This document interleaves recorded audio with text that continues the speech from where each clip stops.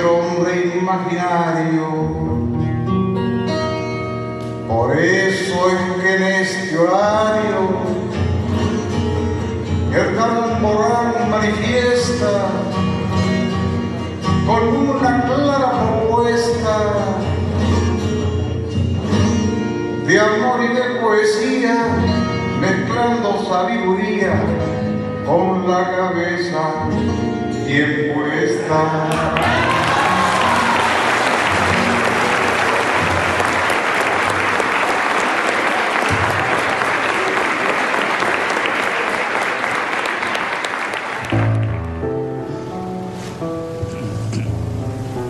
Penseur planétaire, comme le surnomment ses pairs, Edgar Morin voyage de passion en passion, à la recherche de nouvelles zones à défricher. En 1969, en Californie, il est invité à l'Institut de biologie de Salk, véritable pépinière de prix Nobel.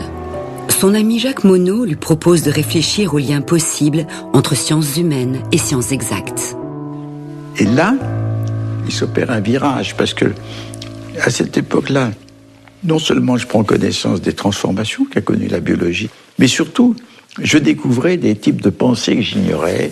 Gregory Bateson, les conceptions de la théorie des systèmes, de l'auto-organisation. Bref, il se passe dans ma tête, je dirais, je deviens born again, c'est-à-dire je renais à nouveau. C'est-à-dire, toute la façon de penser que j'avais spontanément, qui était complexe, je dirais, j'ai jamais relié les choses, intégrer les connaissances de sources diverses, j'aimais affronter les contradictions. Donc, je travaillais dans la complexité, mais sans avoir le mot, sans avoir le concept, et sans en avoir, je dirais même, l'épistémologie. C'était spontané. Et là, je comprends que je peux trouver la base fondamentale non seulement pour ma propre connaissance, mais pour favoriser un type de connaissance plus pertinent, plus riche, grâce à une vision complexe. Mais pour ça, il fallait que je fasse tout ce travail qui s'est appelé la méthode. La méthode, ce sont 6 tomes rédigés sur plus de 30 années. Une entreprise titanesque pour mieux comprendre le monde et soi-même. Traquant l'aventure des premières cellules jusqu'aux galaxies les plus lointaines, entre l'infiniment grand et l'infiniment petit, Edgar Morin s'intéresse à l'infiniment complexe, la vie.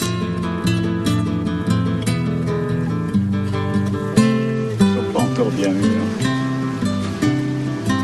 La recherche de la méthode, finalement, c'est une méthode de la complexité. La complexité, c'est quoi ? C'est quand il faut voir, vous savez, le mot complexus signifie ce qui est tissé ensemble, qu'il faut voir c'est les différents aspects d'une même réalité. Et c'est ça qui me stimulait. Après ce séjour en Californie, où je suis un peu comme une abeille qui a butiné à beaucoup de fleurs, qui a ramassé beaucoup de nectar, j'avais pris plein de notes, et j'ai pensé que cette fois il fallait aller à l'os. Et finalement, l'élan vient en Toscane, dans la villa d'un ami. Il y avait un couple de gardiens. Elle me faisait cette cuisine italienne que j'adore, donc des pâtes, du pain frotté à l'ail avec de l'huile d'olive, tout ce que j'aimais. Et pas de téléphone. Et je travaillais donc jusque tard dans la nuit. Moi, quand je rédige, c'est la gestation en même temps. J'ai déjà pris des notes, j'ai réfléchi, mais je parle comme d'une nébuleuse spirale. Les choses se précisent, et en rédigeant, je pense, je me transforme, je change, je regarde de nouvelles sources. Je suis, si vous voulez, devenu comme une sorte de peintre de fresque, mais la fresque, elle est dans l'espace, et moi, ma fresque, elle est dans le temps. C'est dans le temps que j'ai fait ce travail. Alors Morin, vous êtes finalement pas un biologiste au point de départ, et maintenant vous... Ni même au point d'arrivée. Oh bah presque, non ? Pas du tout. Pas du tout. Alors, c'est quoi le but de cet énorme travail ? Le mot science veut dire savoir. Aujourd'hui, le scientifique, on lui dit, surtout il ne faut pas savoir. Ou plutôt, oui, vous allez avoir un secteur. Vous allez être propriétaire de ce secteur. Ce qui fait que quand un intrus voudra y pénétrer, vous avez le droit de le chasser. Mais Renoncez à l'idée de comprendre le monde. Mais tout ça, ça Renoncez marche. à l'idée de savoir ce que vous êtes, vous, humain, dans votre société sur cette terre. L'important, c'est de creuser votre sillon, et c'est ça la science. Et moi, si vous voulez, l'art et méthode, c'est une révolte, un petit peu, contre cette chose conçue comme normale. C'est une œuvre que les scientifiques ne jugeraient pas scientifique, que les philosophes pas philosophes, que les écrivains pas d'un écrivain. Enfin, bref, si vous j'avais du point de vue de l'étiquetage, c'était effrayant, n'est-ce pas? Je ne pouvais être classé dans aucune des catégories régnantes et dominantes, et je pouvais être traité comme un farfelu. Bon, parce que au début, je suis parti, et je me rappelle très bien que des amis comme François Furet, par exemple, me dit: mais qu'est-ce que tu vas foutre dans ces histoires de sciences physiques et biologiques? Tu commences à être connu comme sociologue, reste sociologue. Et personne n'y croyait. Personne.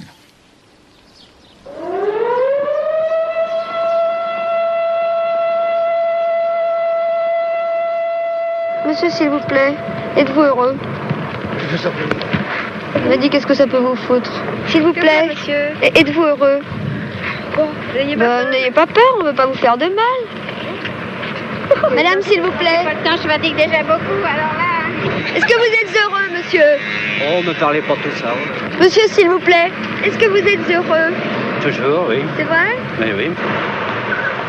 Ce film n'a pas été joué par des acteurs, mais vécu par des hommes et des femmes qui ont donné des moments de leur existence à une expérience nouvelle de cinéma-vérité. Bon alors, vas-y, moi, attaque. Bon, j'attaque quand même, écoute. Tu ne sais pas les questions qu'on va te poser. Nous-mêmes, très précisément, on ne sait pas non plus ce qu'on veut faire avec Rouge. C'est un film sur l'idée suivante. Comment vis-tu? Comment vis-tu? On commence par toi. Mais après, on va s'adresser à d'autres. Comment vis-tu? Ça veut dire comment est-ce que tu te débrouilles avec la vie. Pour beaucoup de gens du cinéma, c'est un film important. On avait mis l'étiquette du cinéma, un nouveau cinéma vérité, non pas qu'on apportait la vérité, mais qu'on se posait le problème de la vérité. Et les films documentaires sont en général des films où les personnages ne parlent pas. Il y a un commentaire off. Il fallait une révolution technique pour qu'il puisse y avoir la prise de son directe, en même temps que la prise de vue. Et ça m'avait semblé bouleversant, cette parole. Et les premiers résultats, du point de vue du Roche, furent absolument bouleversants, parce que ce soit avec Marie-Lou, avec Marcelly, on avait des documents humains vraiment très forts. On a tourné beaucoup, jusqu'à ce que le producteur de moi dit: ça suffit, on arrête. Alors, et c'est là qu'est arrivée à mes yeux une tragédie, c'était que il voulait un film d'1h30 qui était la norme standard, et sur tous les 20 et quelques heures qu'on avait tourné, ça aurait fait un film très important de 4-5 heures. Autrement dit, les nécessités conventionnelles du cinéma ont, à mon avis, altéré une partie du film. Ah ben, viens, je suis là. Tu fais ton petit marché du dimanche. Alors, Ah ben justement, tiens, je regardais le café là. toi, tu veux un petit croissant alors? Tu te rappelles? C'était formidable, les Roches. Et c'est pour ça que ça promettait beaucoup plus qu'on avait. C'était un film exceptionnel quand même. C'est le premier comme ça. Oui. C'était magnifique. Mais bien sûr. Ah, et puis tu te souviens Jusqu'au des roches. montage. Oh, écoute, aval. Mais non, mais il faut dire la vérité. Tu m'as trahi à ce moment-là. Oh, j'ai trahi, Ah ouais. j'étais dépassée par les événements. Entre Rouge que j'aimais et toi que j'admirais, alors il fallait toujours que Non, je mais choisisse. c'est le montage qu'on m'a empêché de faire. Et tu as été la complice de cette action qui a Je assassiné. savais pas que c'était si grave. J'ai dit à Daumont, vous avez assassiné Eisenstein enfant.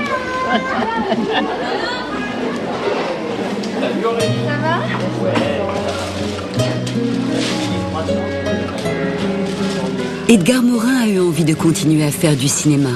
Son second film se serait intitulé « Où va le monde ?» Mais le hasard de la vie en a décidé autrement.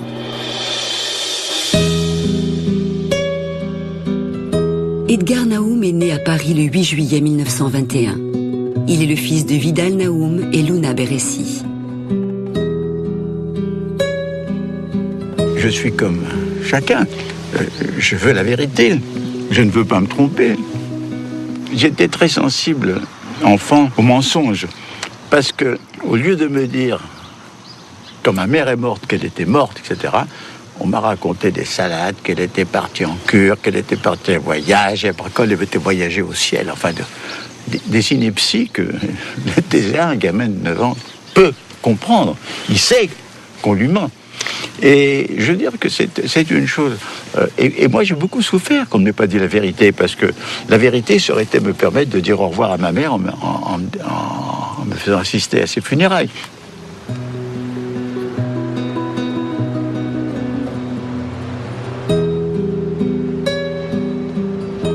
Nous sommes rue Sorbier, où j'ai habité chez ma tante après la mort de ma mère. Cette tante nous a hébergés, mon père et moi.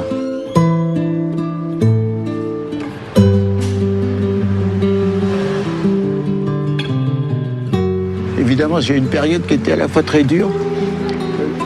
Je souffrais beaucoup, pas seulement de la mort de ma mère, mais aussi du fait que ma tante croyait bien faire en me disant « maintenant je suis ta maman », ce qui m'avait absolument révulsé. Moi, je crois que la mort de ma mère m'a donné 2 sentiments. Une sorte de vieillissement mental, un doute surtout. Cette mort m'a semblé enlever du sens à la vie. Et en même temps, un besoin d'amour, de communion. Et c'est, disons, l'expression de ces 2 choses. Je les ai trouvées dans des livres. Mais 2 auteurs me frappent. L'un parce qu'il exprime le doute, c'est Anatole France. Mais peu après, un autre auteur me frappe. C'est Dostoïevski, Crime ou Châtiment, qui donne un sentiment mystique de la vie, de la fraternité, de la rédemption. Peut-être de la rédemption parce que c'est la psychanalyse qui dit que les enfants se sentent coupables de la mort de leurs parents. Et peut-être moi, très enfant comme j'étais, j'avais cette culpabilité et j'avais un besoin de rédemption.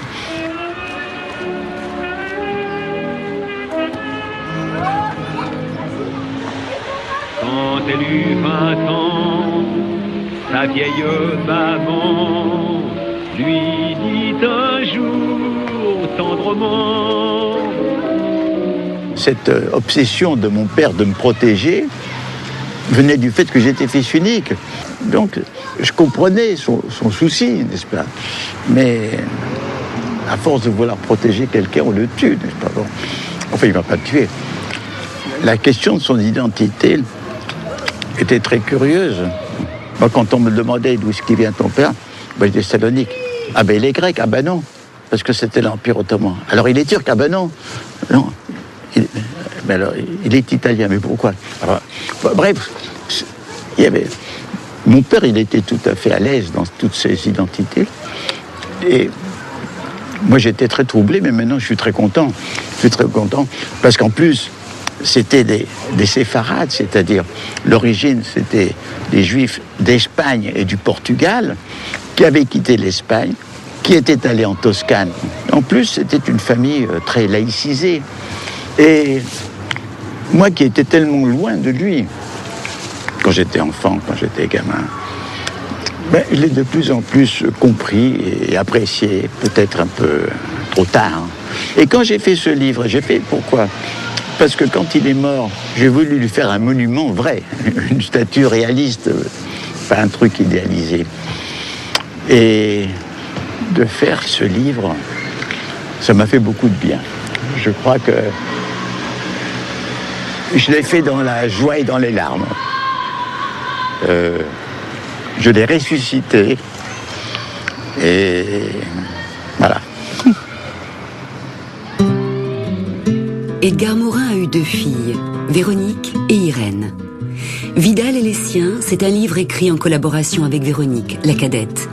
Une sorte de quête initiatique au pays de l'histoire familiale. Il faut dire que Véronique, elle avait fait un travail préalable, c'est-à-dire elle avait interviewé, si l'on peut dire, ou plutôt fait raconter à mon père sa vie. Et c'était l'époque où je voulais... Bref, il se passe dans ma tête, je dirais, je deviens born again, c'est-à-dire je renais à nouveau. C'est-à-dire, toute la façon de penser que j'avais spontanément, qui était complexe, je dirais, j'ai jamais relié les choses, intégrer les connaissances de sources diverses, j'aimais affronter les contradictions. Donc, je travaillais dans la complexité, mais sans avoir le mot.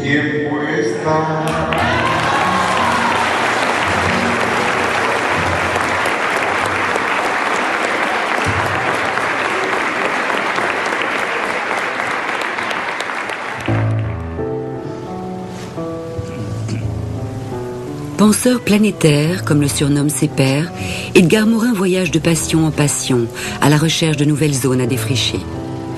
En 1969, en Californie, il est... Sans avoir le concept et sans en avoir, je dirais même l'épistémologie. C'était spontané. Et là, je comprends que je peux trouver la base fondamentale non seulement pour ma propre connaissance, mais pour favoriser un type de connaissance plus pertinent, plus riche, grâce à une vision complexe. Mais pour ça, il fallait que je fasse tout ça.